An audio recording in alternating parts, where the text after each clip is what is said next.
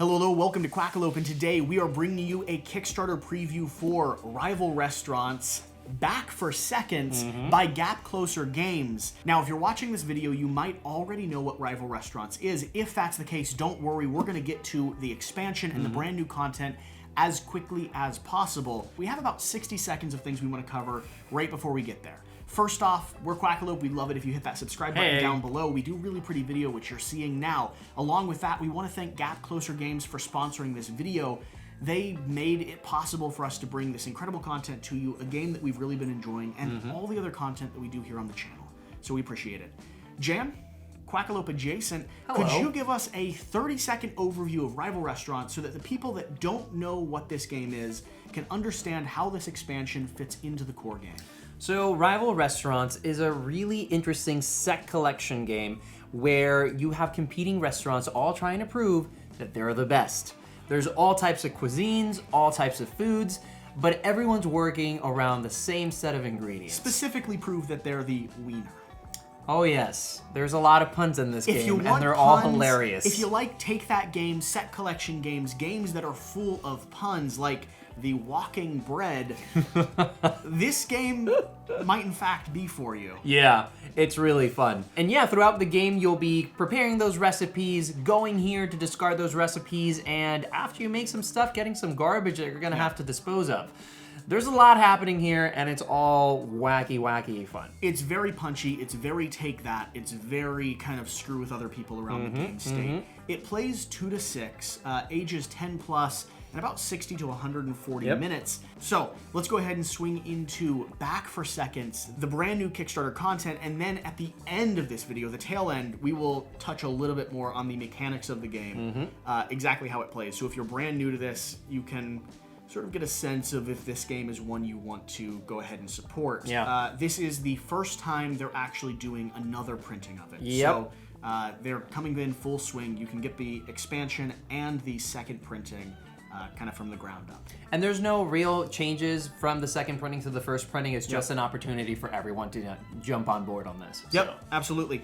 Let's talk about everything that it brings, and then let's dig into how they fit into the core game. Yeah, well, I would say that a box is the first thing it brings. That's one factor. It has words, and seriously. So there's going to be a lot of cards here, and these cards are going to do a few things. First of all, we have a completely new mechanic called the event deck. Besides the event deck, we're going to have new chefs. We'll have cards for them, restaurants, special abilities. Along with that, beautiful little standees. We have them all displayed out front here. In addition to that, some action cards. 15 new action cards. They're here to kind of be a buffer of sorts. And finally, a little bit more punchy, a little bit more take that, responding to the new chef's kind of actions and abilities. This game gets slightly more aggressive. We also have a entire pile of brand new gourmet recipes and basic recipes. These will pair with the new cuisines and restaurants that you have. Everything will be mixed into the core game. So with the exception of the events and specific chef abilities, this is an expansion that's made to fit right into that core box. Plug and play. With that being said, there's now a new mechanic that wasn't available before. So, and this is going to apply from now on for all copies of the game, not just if you have the expansion, but in the core game, this is also now an action you can do. If you want to mix it in. If you have the core and you like playing it exactly how it is, that's totally your discretion. But the new mechanic that's introduced in Back for Seconds is going to be here at the island. Before, whenever you completed a recipe, you'd be able to draw up 4 basic or 4 gourmet, depending on what you completed, and choose one of those to try to complete next. Because they've introduced so many new recipes and new cuisines into the core game, they wanted to provide a way for you to cycle and look through that deck. I think there's about 100 now available. There's a lot. So this will allow you to go to the island and specifically draw up 4 cards, search and replace with any of your current recipes. So if you really don't have the draw that you want, or you're looking for something that provides your cuisine or restaurant bonus, this will allow you to do that a little bit more efficiently. You just have to do it in the time limit. So good luck with that. That is the hard part. always crunching those numbers and figuring out what is going to get you to victory the quickest. So it adds another element of time management and sort of give take, because usually when I go to the island, I'm offloading all of the trash I've been able to carry. Everything. And hopefully getting an upgrade on the way. Possibly. Maybe, yeah. Possibly. Right? Maybe. It really depends. So that is what this expansion is going to bring. We have new characters, new locations, new cuisines, new recipes, brand new action cards, the event deck, specific chefs, and a new mechanic that changes up the game just slightly. Let's dig into these elements. Let's start with one of the kind of most game-changing elements. This is going to be the event deck. Now, the event deck is going to work in sort of a unique way. At the top of a round, so let's say we're at round 1 right now, we're going to reveal a single event. This does not happen immediately. Not at all. So, a walk to remember. All players must go to the Mystery Mart. So, what this means is that... You all right? I just find these funny. Did that pun get you? Yeah, I found these funny. What that means is that at the top of round 2, everyone will have to go to the Mystery Mart. So, on round 1, this will be revealed. You will know that on round 2, everyone's going to be at that location. That means you need to prepare. You could gather some money, get some funds. There's probably going to be a squabble or an auction happening. You could prepare the recipes you need so that you just don't do much over there. You get to prepare. After round 2, this will happen and then cycle. At the top of round 3, you'll draw another one. Here we have Buyer's Remorse. You may sell up to 3 of your ingredients by discarding them and taking the cash value of those ingredients. That's really good. This is going to happen on round 4. So you might want to go get some really valuable ingredients that you can then sell at the top of round 4. It's all about kind of giving a buffer in between this. It's not like non-stop events like some other games Instead of constant randomness, you're able to... It changes the game for everyone. They're global events that happen, and you can't play cards to avoid them, but it does give you an opportunity to strategically lean into those events if you want. And by the way, that also includes Clairvoyance. Okay, nothing. With a game that is as random and take that and chaotic as this one, I appreciate that they were what I consider responsible with the event deck. They 100%. They didn't just make it pure chaos. Let's move over here into our chefs. Let's talk about the different chefs that we're introducing and what some of their special powers are. So we have a lot of new cuisines, and with new cuisines come new chefs. So let's start all the way from the bottom here. So first of all, we got Pita Pakderapolis, the Greek gastronomer, and he is hungry for action. Once per day during buy and barter, Pita may discard one of his action cards and draw a new one. So there's a lot of options there that you can do. So he gets to cycle his powerful abilities, and those action cards, especially the new ones, can be really, really good. Bangers and smash. That's my favorite. So let's go ahead and pull the next one here. Dolly Butterscotch. Dolly Butterscotch. Dolly Butterscotch is the Southern Belle. She's a coupon clipper, which is accurate to... I'm from Kentucky. I'm able to say this is accurate. During the buy and barter, once per day, if you buy 2 ingredients from the same market, you may take another one for free. Does not work at the Mystery Mart. So that paired with Buyer's Remorse here... Oh my god. She could really... You know how you watch those episodes where, you know, coupon clippers get like $30 from the store? That's exactly what she's going to be able to do. That's fantastic. That's a pretty unique ability. Well, now we're going to be talking about Lord Prescott T. Worthington III. His Majesty. Oh, naturally. A game of scones. Oh, I hate that. I hate everything about that. At the end of Money and Move, all chefs at the same location as Prescott must give Prescott 1 ingredient in order to buy anything today. Does not work at the Mystery Mart, so this guy's really interesting. He changes the game completely. Yeah, if you end up at his location, you're just paying a tax. Let me pull one from this deck here. Next we have Reggae Tony, the Pastafarian. Join the party. At the end of Money and Move, all chefs at the same market as Tony take $100. Tony takes $300. Does not work at the Mystery Mart or the island. Well, you kind of want to be at his location. I mean, I kind of want to hang out with him. He seems like a really charitable guy. That's a lot of money generating on the board. Yeah, that pasta must be amazing. Very cool. Ooh, so Fräulein Bierzeller, the Hammer of Hamburg. You not cook now. At the end of Money and Move, pick 1 chef at Fräulein's location. That chef must give Fraulein a required ingredient of their choice from one of their recipes. Does not work at the Mystery Mart or the island. So I now understand why she's called the Hammer. That is mean. That is hardcore. That is horribly mean. Wow. That feels like an action ability. Yeah, just on a character. Attached onto a character. Wow. Who do we have next? We have Abuela Consuela, the ancient one. Oh. Secret family recipe. When cooking, once per recipe, Abuela can substitute one ingredient for another ingredient from the same market. When she does this, draw an extra garbage. So she can just make things happen. Dude, the reason why I laugh is because that is so accurate to Latin cuisines. Okay. Like, you're always trying to find like, oh, I don't have this, I'm just gonna substitute it for like whatever. It's gonna work fine. Puerto Rico, they just make sure things happened.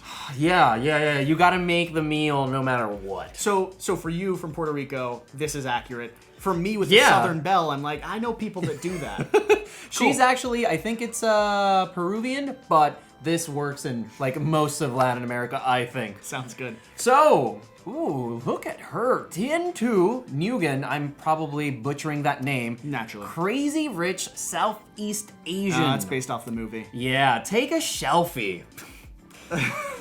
Whenever Tien uses an action card, she can draw one shelf ingredient from any market except the Mystery Mart. Okay. That is awesome.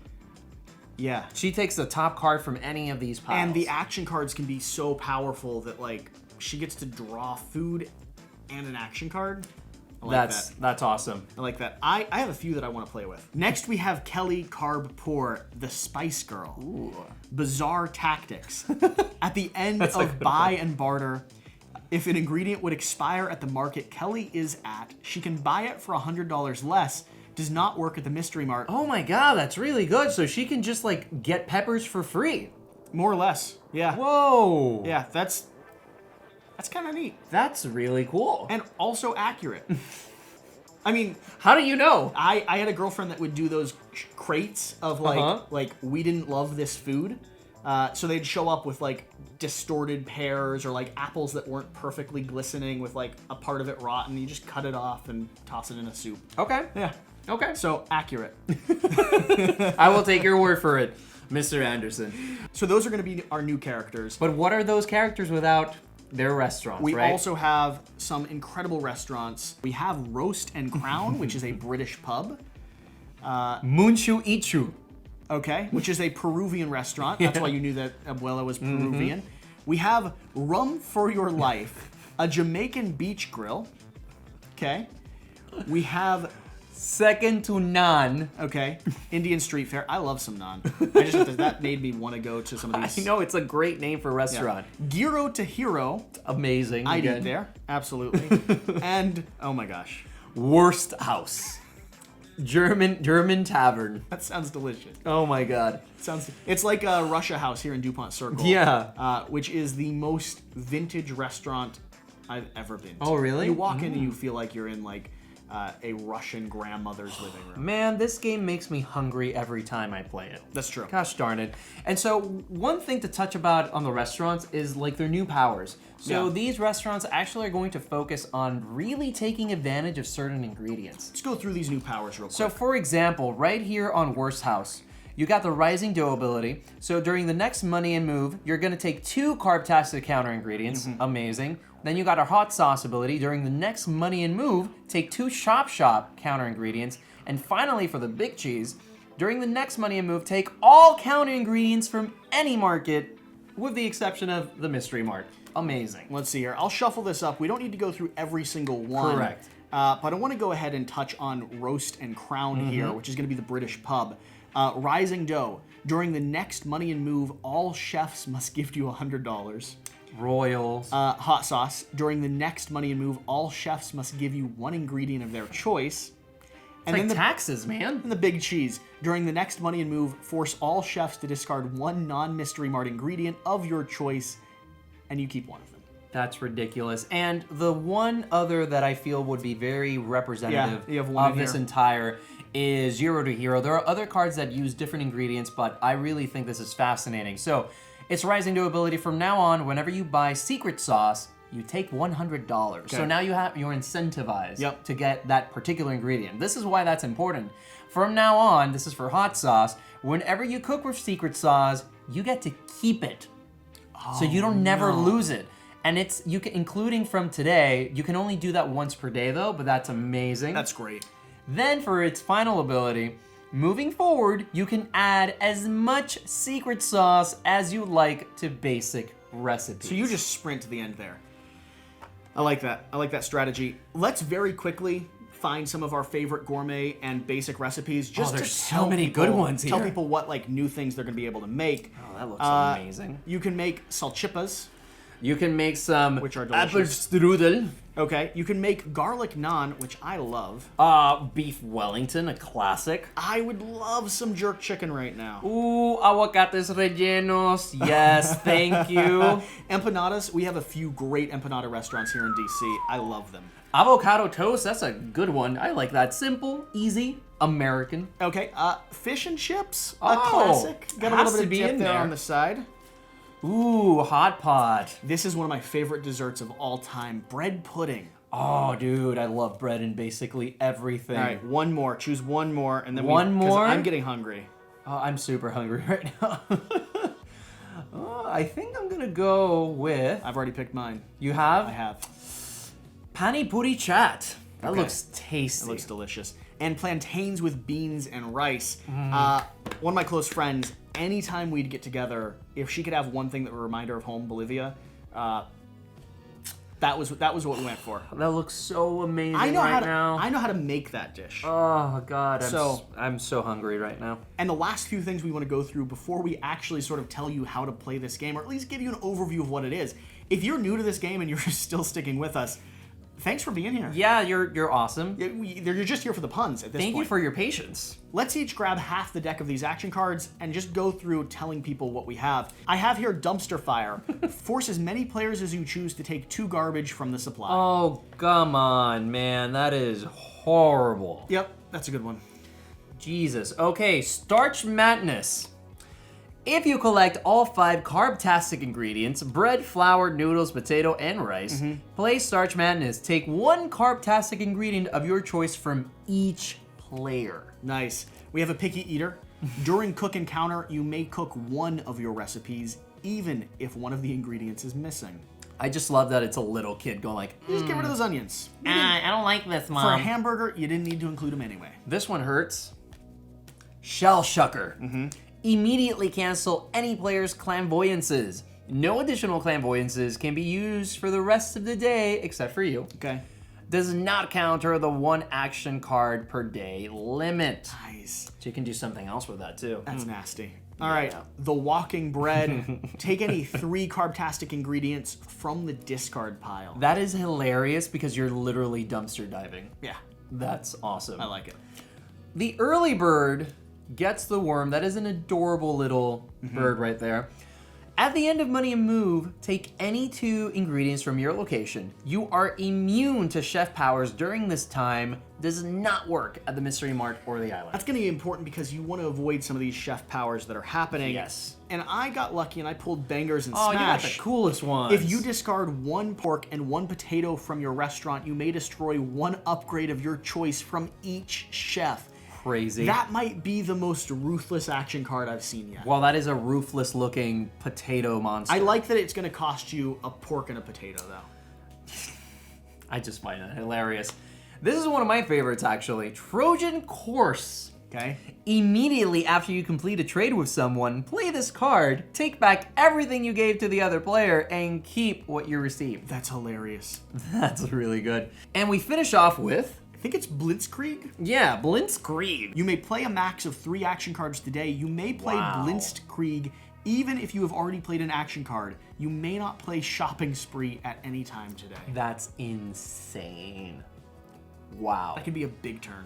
And this is added to the base deck. Yeah. They're shuffled into the core deck. They're going to be modifiers. You're going to have a beautiful stack of some really powerful action cards to utilize there. Wow. So for all of you that have made it to this point, as we've told you about the cool things that you get to play with in the expansion, Let's give them a rundown of this game. Yeah. Now, this won't be a how to play. We're not going to break down every single component and turn and action and thing that you can do, but there's 3 core stages of this game.